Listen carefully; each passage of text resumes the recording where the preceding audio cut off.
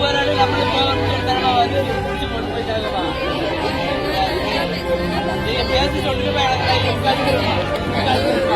55 நாட்களில் 61 மீனவர்களை கைது செய்த இலங்கை கடற்படையினர் தங்கள் அன்புக்குரியவர்களை மீட்டு தாருங்கள் என்று குழந்தையோடு கண்ணீர் மல்க சாலையின் நடுவே போராடும் மகள்.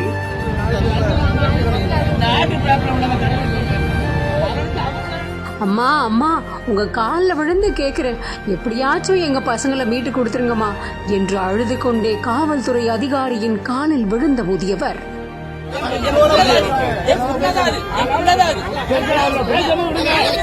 ராமேஸ்வரம் மீன்பிடி துறைமுகத்தில் இருந்து மீன்பிடிக்க சென்ற 7 மீனவர்களை படகோட சிறைப்பிடிச்சு சென்ற இலங்கை கடற்படையை கண்டிச்சும் கைது செய்யப்பட்ட மீனவர்களை படகோட விடுதலை செய்ய வலியுறுத்தி மீனவர்களோட உறவினர்கள் தங்கச்சிமடம் மதுரை தனுஷ்கோடி தேசிய நெடுஞ்சாலையில பிஞ்சு குழந்தைகளோட சாலை மறியல் போராட்டத்தில் ஈடுபட்டிருக்காங்க.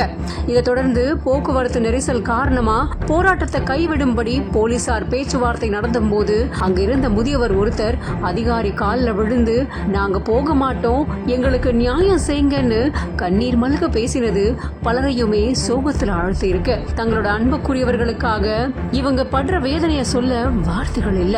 பொறுத்திருந்து பார்க்கலாம் அடுத்து என்ன நடக்கும் அப்படின்னு.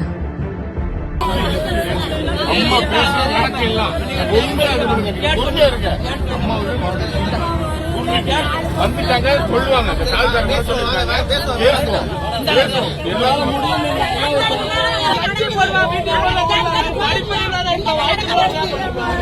அம்மா